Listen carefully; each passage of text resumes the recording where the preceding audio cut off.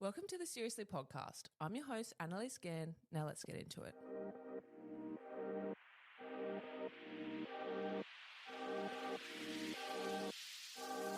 Welcome to the Seriously podcast, where we make light of serious conversations with really interesting people. Lauren Dunn is the breakout star of MAFS Australia Season 11. If you watched MAFS, you'd know that Lauren is not only beautiful, funny and opinionated, she's also a successful marketing and PR consultant in the food industry, as well as an avid cook. With hundreds of thousands of social media followers and recent overnight fame, I had so many questions for Lauren, so I can't wait for you to hear our chat. Here she is, everyone, the iconic Lauren Dunn. Welcome back to the Seriously podcast. I'm your host, Annalise Gann, and this week we have MAFS royalty, Lauren Dunn. Hi. Thank you so much for coming in. Thanks for having me. I'm so happy that we get to finally have a chat over a glass of red. Me too. It's obligatory, really, isn't it? A glass of red. It is. It certainly is. Now, you're this year's MAFS breakout star. Oh, thank you. You've done so well, and I've known you for a few years, but honestly, you have just blown up. And I'm so happy and proud for you. Thank you. Can I ask, how did the opportunity come up for you? Did you audition or were you scouted? Okay, so this is a wild story. So I was scouted, and so what initially happened was, I can't remember the exact time, but prior to MAFS, I want to say like at least 6 months before, I was approached by a casting agent on Instagram saying that there was a new show coming out. They didn't have a name for it. Dating concept, and they wanted to fly me to Sydney so they could meet with their executive producers. And I said, if it's MAFS, I'm not interested. And they're like, no, it's not MAFS. We don't know what we're calling it yet. And I was like, you know what, I'm going to go. All my friends lived in Sydney. And the bad thing about this is like I was kind of back with my ex-boyfriend, but kind of in the grey area. Like we weren't 100% back together, but I wasn't 100% single. But I told him, I was like, this is what's happened. I'm going to go get essentially the free trip to Sydney. And he was like, okay, cool, whatever. Like I wasn't planning on actually doing it. Anyway, so I go and I meet with these executive producers of the production company Endemol Shine. And the show that they were essentially scouting me for was called Love Triangle. Oh, yeah. Yeah. Anyway, we do the interview. It's hilarious. They've got their EP of Channel 9 in there. They've got everyone in there. You know, it was great. It was hilarious. We're all laughing the whole time. And then by the end of it, they said, look, you know, what we'd really like you for is MAFS. And I just said, absolutely not. Like, I've got way too many skeletons in the closet. I don't need a closet. I need a goddamn storage unit.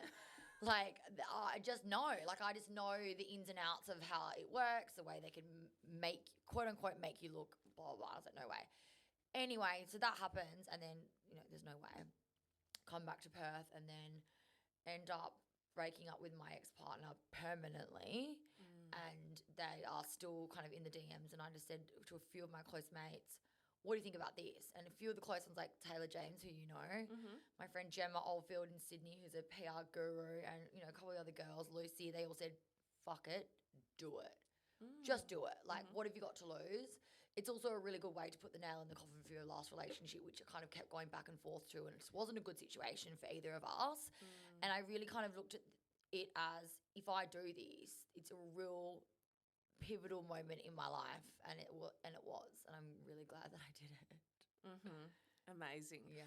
So can I ask, you get cast. The casting directors go, okay, Lauren, you're getting married. What was your reaction and what was your wedding day like? Like from your perspective? Yeah, so my reaction, right, so I started the process, I'd done all the the psych tests, all that kind of stuff. They really fast-tracked me through it because I was quite last minute. As I said, I wasn't interested in doing it, and I was very wary about the whole thing. And so I got to the point where I met with one of the experts on Zoom, which was Alessandra, and we had a great chat. And then I just had this gut feeling. I kind of knew from the beginning that it didn't matter how I did on my psych test or what my interviews were like, they wanted me. They'd wanted me for a long time. And I think it's just my personality that they're like, this person's a nut job. Like, should be make great reality TV. So then I get the call saying, Lauren, you know, letting you know, we found your match. And I just remember going, oh, okay. And the lady was like, that's not usually the reaction we get. Like, we get excitement. I was like, yeah, like I'm still really unsure. I don't know if I want to do this. Anyway, fast forward to the wedding day, and we start filming at like, I don't know, like 5:30 a.m. Mm-hmm. And so I remember the first scene, it was like they barge into the room and it's my bridesmaid, my best, what's it called? Maid of honor, best maid. Yeah, Lindley and I, and we're in bed together because she'd come all the way to Queensland with me, wherever it was. I remember that scene. Yeah, and she gets in. We gotten pissed as parrots the night before, and she's sleeping in bed with me. And our call time was 7 a.m. So they barge in with cameras at 5:30 a.m. And that's why we kind of both sat up and were like, what the fuck? Like, what's going on? And they made it out like I was running late for the wedding, but I wasn't. That was 5:30 in the morning. Oh my and God. so she was like sick. She was hungover. We told them she had a migraine. I was like, guys, what the fuck? Like, you can't barge in here. Like, what if we were naked? Like, do you know what I mean? Like, barging with the male camera crew. And so I was really pissed off, and it kind of looked like we were late. I thought you were late. No. And Okay. so you see the scenes of like all my friends like looking at their watches, like what's going on. That was because they had me sitting in the limo waiting to go in for like 3 hours. What? Yeah. And Are you serious? And that's the thing. So like with these shows, right, it makes it look like I was like, nothing is on your time. You are on their production schedule because every minute costs them thousands of dollars. Wow. So do you really think they're going to let you run late for anything? Like, you are on production schedule. You would know, like, minute by minute. Yes. Second by second. We have no authority over what goes on. Yes. So I remember watching that going, those fuckers. But anyway, it made for good TV. It also made like, I'm quite erratic, so it suited. But the wedding day itself was awesome. Okay. We had a great time. I met Jono. We clicked instantly. Yes. I liked him. He liked me. We were pretty liquored up by the end of it. So we had a really, really good time. It wasn't until the next morning when I woke up and was like in the middle of nowhere in this house and was like, what have I done? Like, Okay. the reality Yes. really set in. And Yes. Jono was really good. He was actually quite supportive. He could tell that I was kind of freaking out. But I think the person that I saw on the wedding day was drastically different to the next morning because we had our friends and family around us. We were laughing. It was jolly. It was merry. It was a lot of adrenaline with all these cameras in our faces and all this stuff going on. And the next morning was just him and I. When I woke up, I thought, oh, I don't feel that same spark. And that's when it really freaked me out a little bit. So Yeah. that set in a few days later. Well, literally the next morning it set in. Wow. Yeah. Okay. Yeah. I need to ask, this is a bit off topic. Yeah. The fake tan and the wedding dress. I know. Is iconic. That was real. that was that real? So that moment, they made it look like Jono was waiting at the aisle for me while I was fake tanning. Okay. That moment happened at like 6 a.m. Really? Yes. Oh like, my gosh, they're so smart. they're amazing and I love it. Yeah. And I'm here for it. I loved seeing It that. was such it was a funny great wedding. episode. Like, yeah. it was so good. Yeah. It added to the chaos. But to be fair, it was chaotic. Yes. But a lot of the chaotic moments don't make sense in terms of like showing an audience. So they did reflect how chaotic it was with clever editing. So that's why a lot of people say, oh, the edit was bad, the edit. Yeah, they edit. Of course they have to. It's a television show. But they edit to suit what the narrative is. And the narrative is that I was chaotic as fuck. It was wild. Like, so that scene, I remember being fully ready and we had like an hour before we needed to be there. And so I was like to Lindley, oh, should we just like rub some tan on? And she was like, okay. So we did. I feel like the entire country was like, I feel like you're the first bride in history to do that. I know, right? And Very so brave. It was brave. But then I remember like one of the execs at Channel 9 when who monitors Twitter or X as the night rolls on, as it was episode aired, and it was like, you know, my name was trending and all the comments were so wild. And there was a lot of like comparisons to the Kath and Kim scene where I think it was Kath who wears like a one-shouldered dress and she's like, I forgot, I fake turned the wrong arm. And then my friend Nathan, who's in a Kath and Kim fan page with like hundreds of thousands of members, everyone was doing like these memes like side by sides. And I was like, that is iconic and that is an honor to me. That is. I was so stoked. Being compared to Kath and Kim is the biggest honour of Australian culture. I agree. And do you know what one of the most wild things was? Like on Twitter, people were like, Lauren doesn't need to get married. She needs AA. Lauren heard MAFS and just heard like open bar. Like all these tweets were wild. And I was like, you know what? I was sober the entire day. We didn't drink a single thing. I got one little sip of champagne when we did a toast in the morning. We didn't have a drink until like 6 p.m.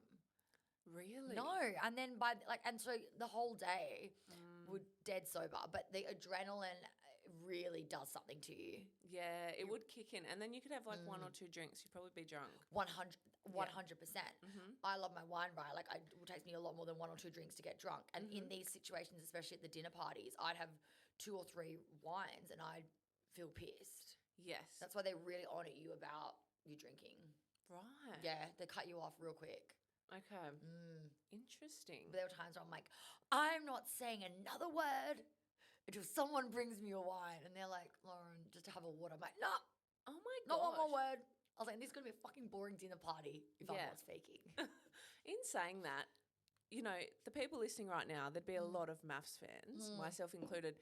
What are some things that the audience would never know that goes on behind the scenes?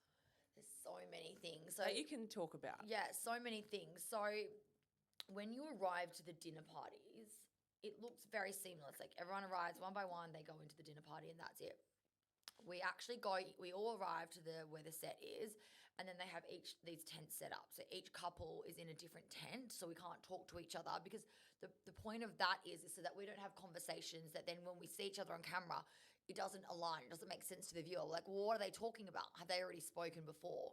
So we're actually not meant to speak to each other. We're not meant to have each other's numbers. We're not meant to hang out at all off camera because if things happen off camera, then when they're filming us, it doesn't make sense, right? So we, of course, did hang out off camera and we did speak, but some of us were better at picking up conversation where we left off on camera and carrying on. Some of us weren't. So it was a big point of contention for production, and rightly so. But when we went to these dinner parties, they kind of put us in these tents, and then each couple goes in couple by couple, depending on the drama. So the drama's all about you. You'll go in very last, so that each couple goes in and they all talk, so they're all talking about you. It swells. If you go in first, you know you're boring. Oh, really? Yeah, if you go in first, you know you're boring. Like, and then you know you're interesting if you're sat in the middle of a dinner party. So the tables, like everyone's sitting there, right? And they put the name tags in according to what the drama is. If you're at the center of the dinner table, the drama's about you. So where were you most of the time? Every single week, I was in the center of the dinner table with Jack every week. Without fail. That's perfect. I think there was one week I was slightly to the right. And Jack. Slightly to the right. And I was like, fuck yeah, I'm going to get a fucking break tonight.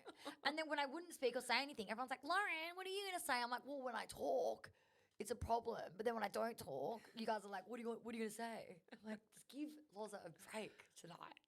Can I ask, in terms of like the dinner parties? Yeah. A lot of my friends are from MAFS or have been like on reality TV. Yeah. And I've heard on the grapevine that they film at like 3 or 4 in the morning. Easily. What? Yeah. So we can So film. do you guys get to eat? Yeah. So they feed. Okay. So what happens is they film like what's called getting ready. So they come to our hotel room. They give us the day before. They'll give us like a run sheet, like a schedule. So say for example, my getting ready started at midday. So I had to have hair, makeup, everything done. Which we'd go do by ourselves, by the way. They don't provide hair and makeup or wardrobe or anything. Really? We'd sneak off to like hair and makeup artists that would do. Shout out to Fatima and Wally, the girls that do my makeup and hair every week. I was going to say, you looked amazing. And they did it like free of charge, Yeah. like just they were like amazing. Yes. They had us snatched every week. They did me, Tori, Eden, Sarah and Jade most weeks. Yeah, you guys look so Yeah, good. we That were on makes top sense. of it. And so anyway, so we would do that and then they'd film us getting ready. So you see the scenes of us putting a bit of lippy on, doing the earrings. That's called the getting ready scenes. And then we would wait and then couple by couple you get sent off. So normally at about 4 o'clock you then get chauffeured to where the dinner party is. And then some nights we'd finish at 10 if there was really good drama and it was really popping off. 10 o'clock, all right guys, cut, we're done. And you'd be like, fuck yeah, that's amazing. But then you've got to go out and voxy, which is like your piece to camera. Yes. Some nights, if we weren't arguing with each other and there wasn't drama, one night we sat there till about 4 a.m. And by the time everyone had finished voxing, some people were coming out at daylight when the sun was coming up. So I was pretty adamant that I would not be voxing until 6 a.m. Wow. It was gnarly. It was full on. Was there any points where you're just like, I just want to argue to get this over with? 100%.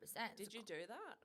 Absolutely. It's a good question. So I remember one night. Because I would have been like, Yeah. see ya. Like, So once we kind of cottoned on to how it all evolved, I remember one night being like, as we were walking in, all right, guys, you guys know what you need to do.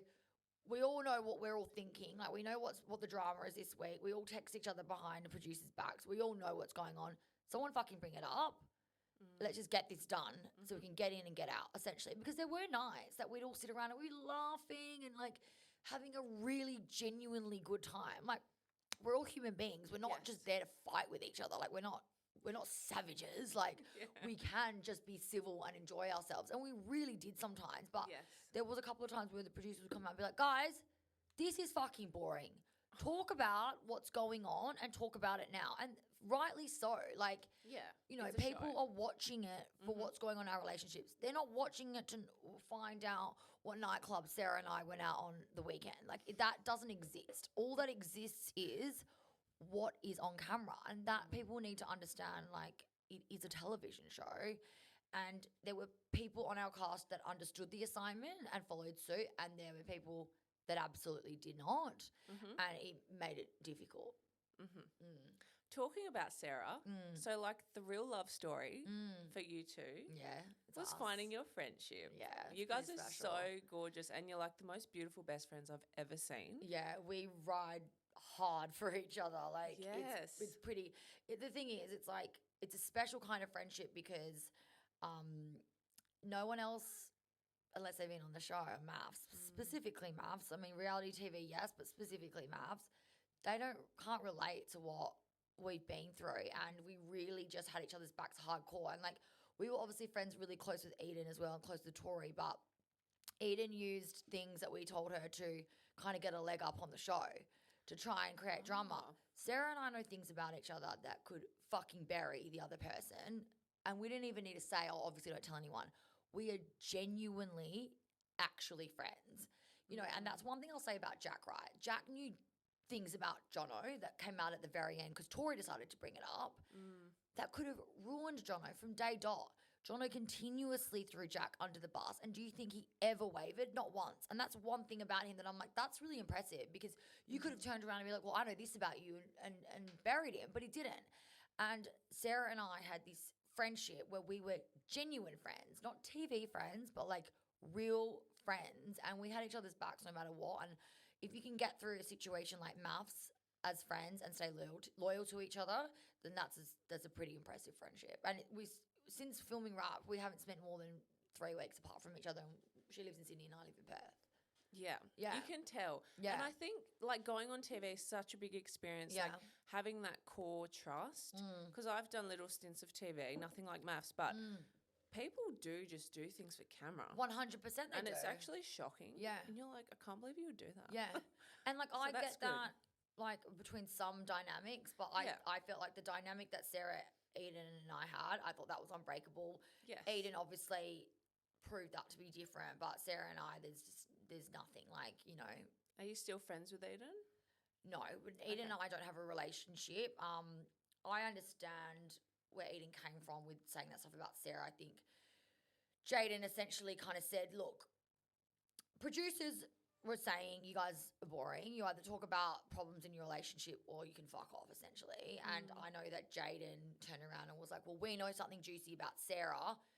Bring it up, or like, I'm done with you, because he wanted to stay on the show. Eden was happy to go home and continue their relationship. Back in Goldie, where they both live, they live 5 minutes from each other, she was like, I'm so happy, I found my person. Let's just leave the show and go be happy together. And he didn't want to. He wanted to be on the show. So he kind of pressured her into saying, you need to say this stuff about Sarah, otherwise I'm not going to be with you, essentially. That's my understanding of what went on.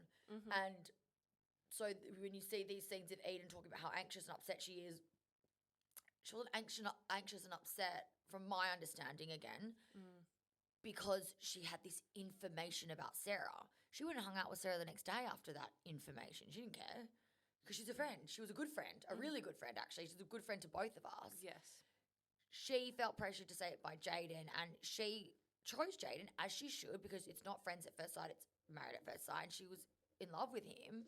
So she chose to do what she thought was right for her relationship, and she did, and it was fucked. It still doesn't excuse it. I would never do that to someone. What she did was fucked.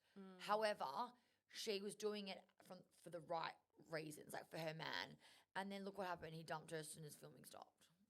So, and I always said to Sarah, I was like, I feel bad for Eden, because I know that's how it went. Very certain that's how it went down. And, you know, but it's gotten ugly between the three of us since filming's wrapped. Eden's very much taken the stance of Tim and Jono's side. Okay. Very, very much a guy's gal. Okay. And, there's no girls. Loyalty. Nah, not at all. That's sad. I think it's sad too because I really did love Eden. She seems nice. She's a really lovely person. I can't say that she's not, but her behaviour was has been very pick me. I thought that she would, I don't know, just ride for her friends a bit harder, but whatever. It is what it is. Yeah. I've got Sarah and I don't really need Eden. Yeah. She's got Jono and Tim, so. Yes. You can't be friends with everyone. You choose who you'd rather out of those people. I know who I'd rather. I think I know who the rest of the world would rather. No shade. Thank you for listening to part 1 of my chat with Lauren Dunn. To hear part 2, click follow and you'll be the first to be notified on when it is released. Thanks so much for listening to the Seriously Podcast.